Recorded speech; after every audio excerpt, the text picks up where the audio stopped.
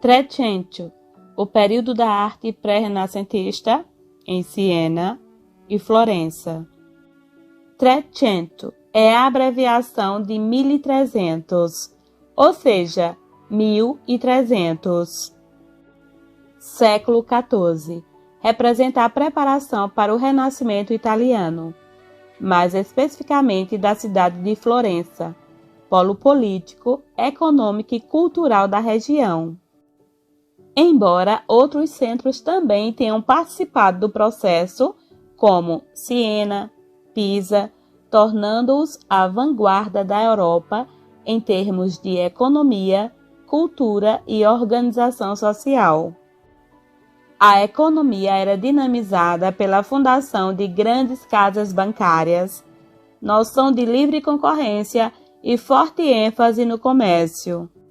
Surge a nova classe rica, os burgueses. O que é a burguesia?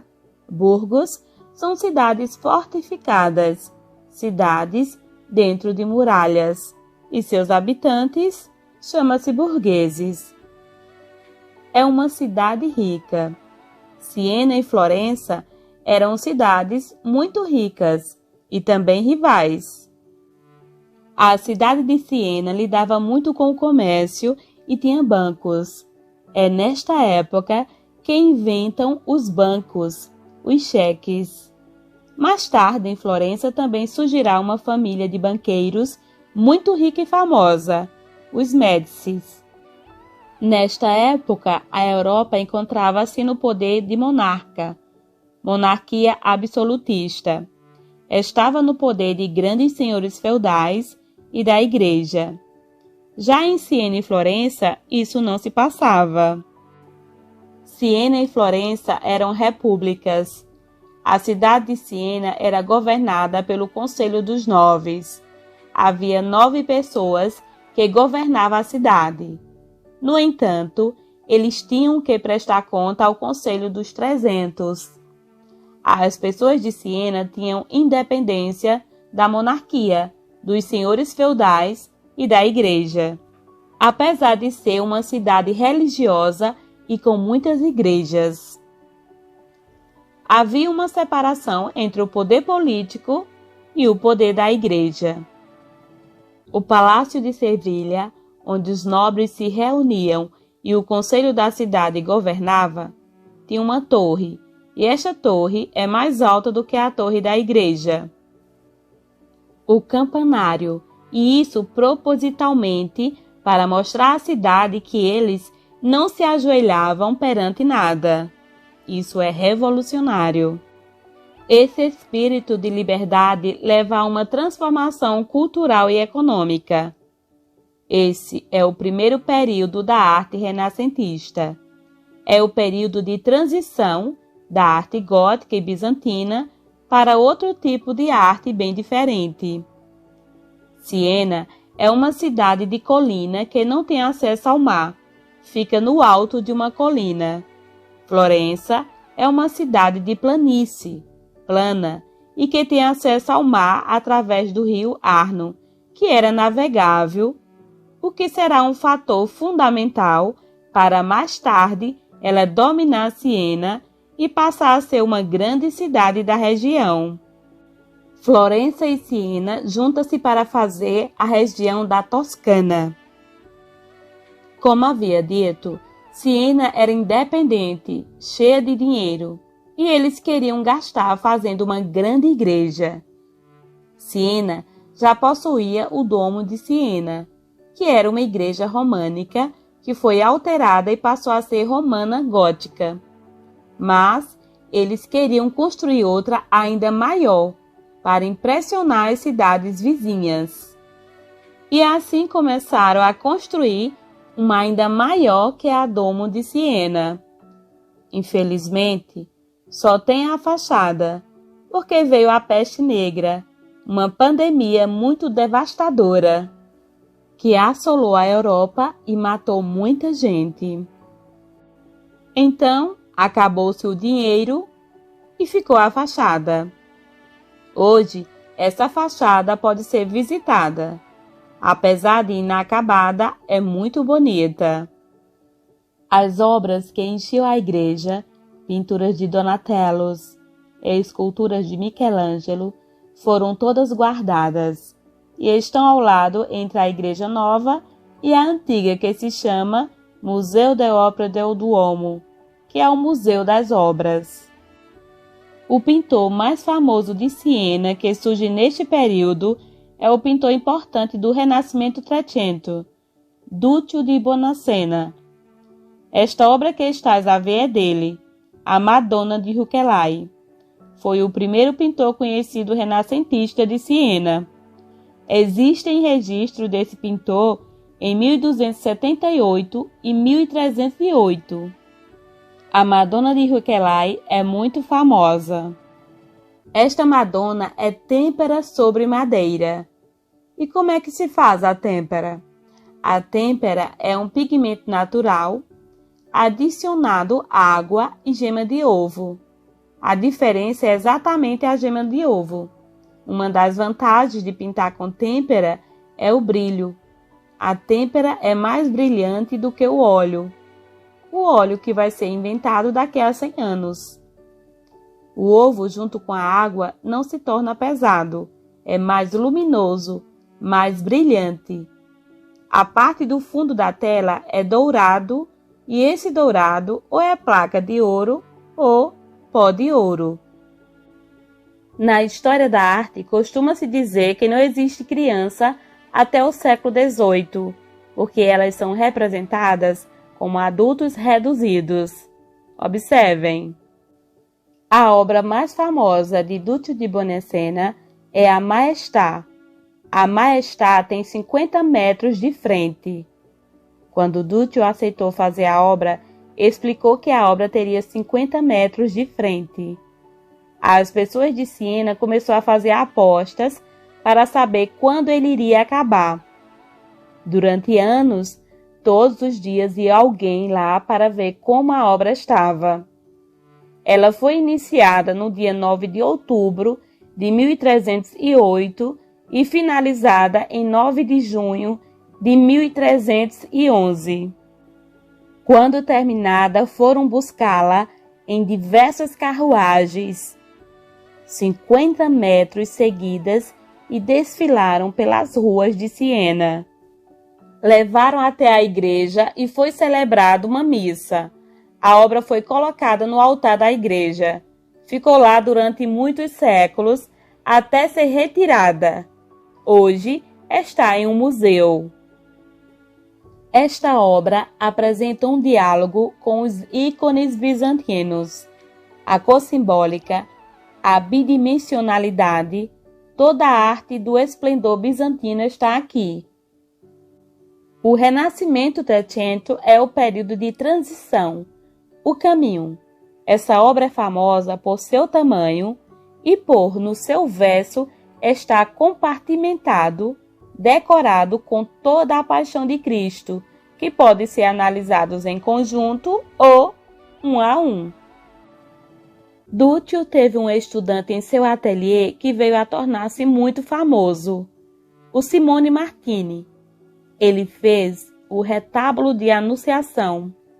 Aqui também temos uma conversa com a arte bizantina, mas os elementos secundários percebe-se uma terceira dimensão, o espaço, o caminhar para a tridimensionalidade. É a busca do pintor para retratar a realidade.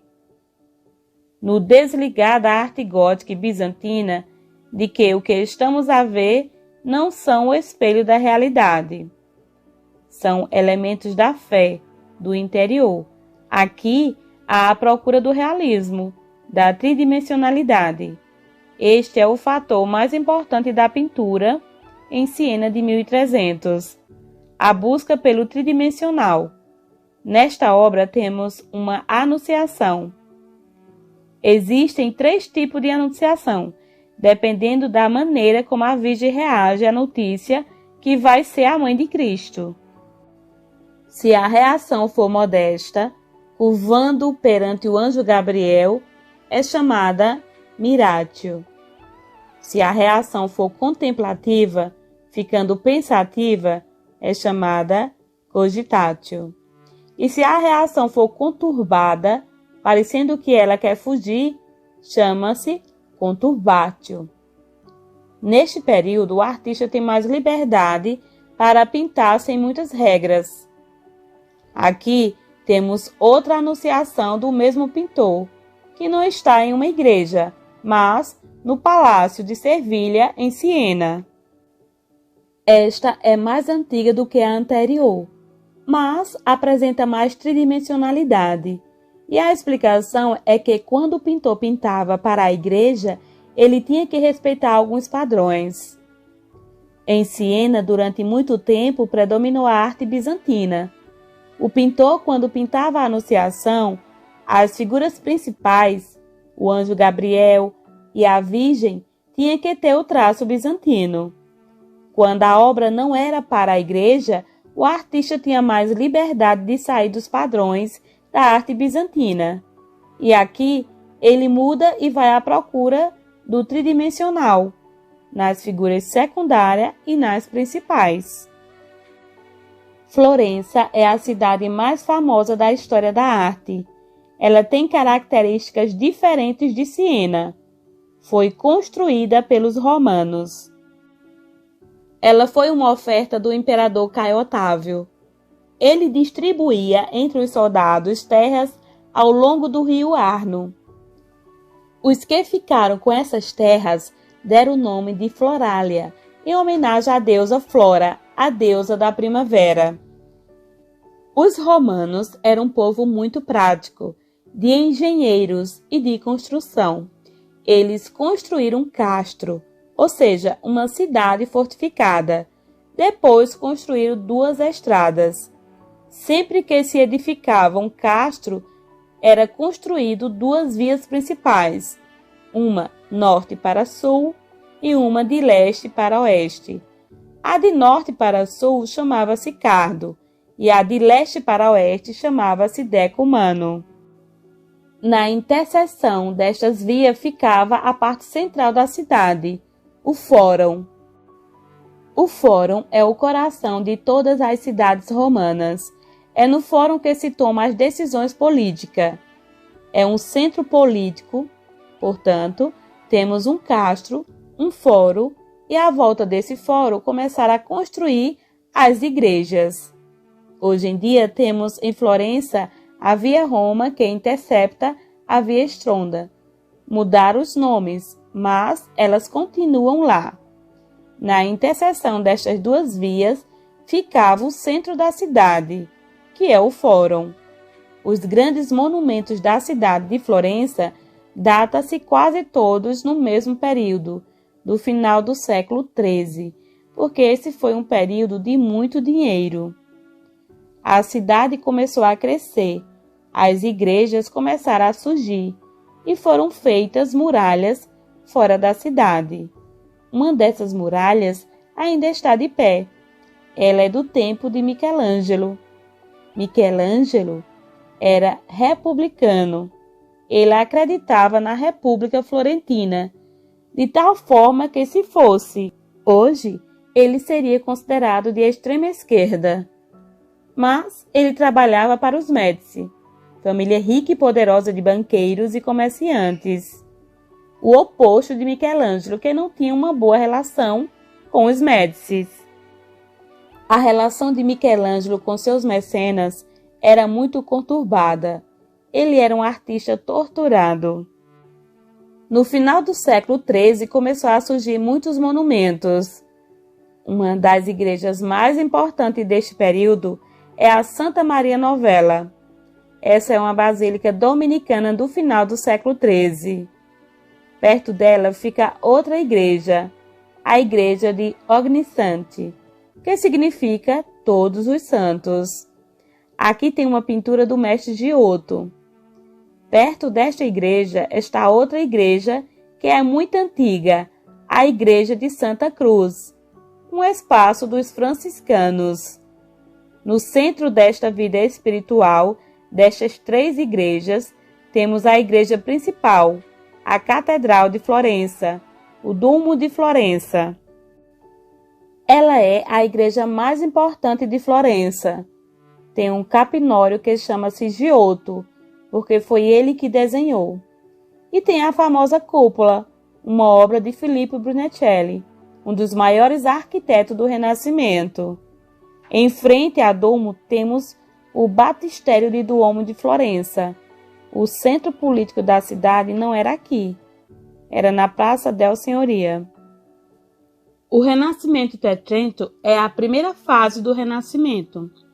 É aquela fase que abandona-se o gótico, o bizantino e toda a arte medieval, avançando-se para o renascer da ideia clássica. Esse caminho em Florença é marcado pelo Cimabue. Cimabue era o professor de Giotto. Cimabue era o maior pintor florentino. Ele introduziu algumas alterações.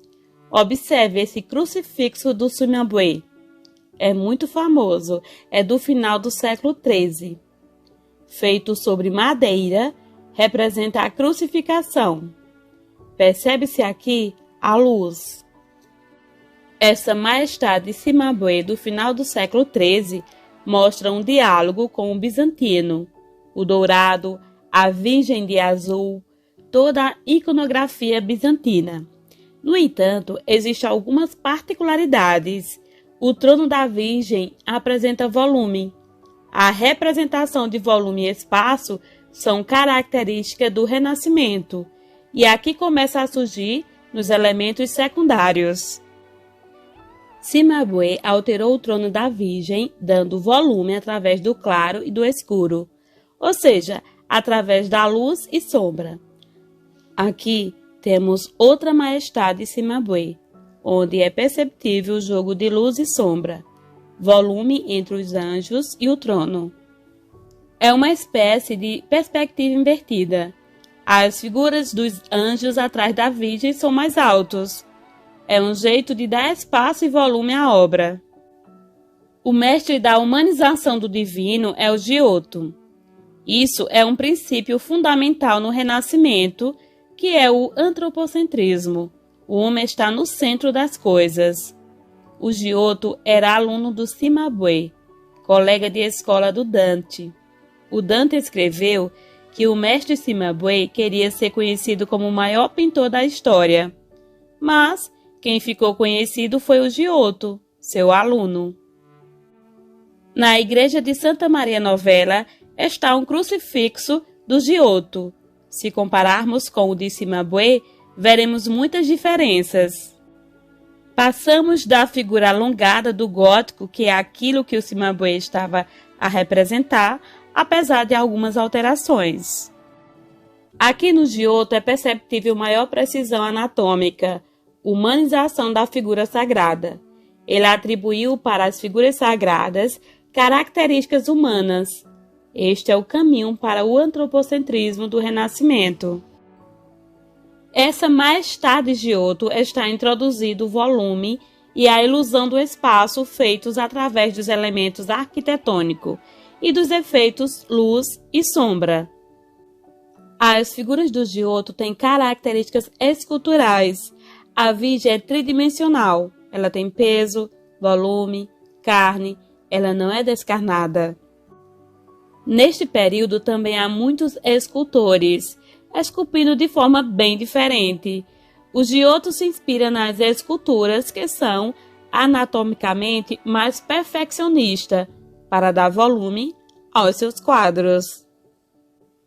Observe as três majestades que marcaram o Renascimento Trecento. A primeira é a Majestà do Duccio, a segunda é a de Cimabue e a terceira é a do Giotto. Esse é o caminho feito ao longo do Renascimento Trecento. Menos figuras alongadas, mais realistas, mais trabalho de luz e sombra e indícios de espaços e volumes. A peste negra também chega em Florença, resultando em muitas mortes. Com este ocorrido, as pessoas acreditavam ser um castigo divino, que as pessoas estão a dar mais importância à matéria do que ao espírito. Isso fez com que o progresso na arte parasse na segunda parte do século XIV.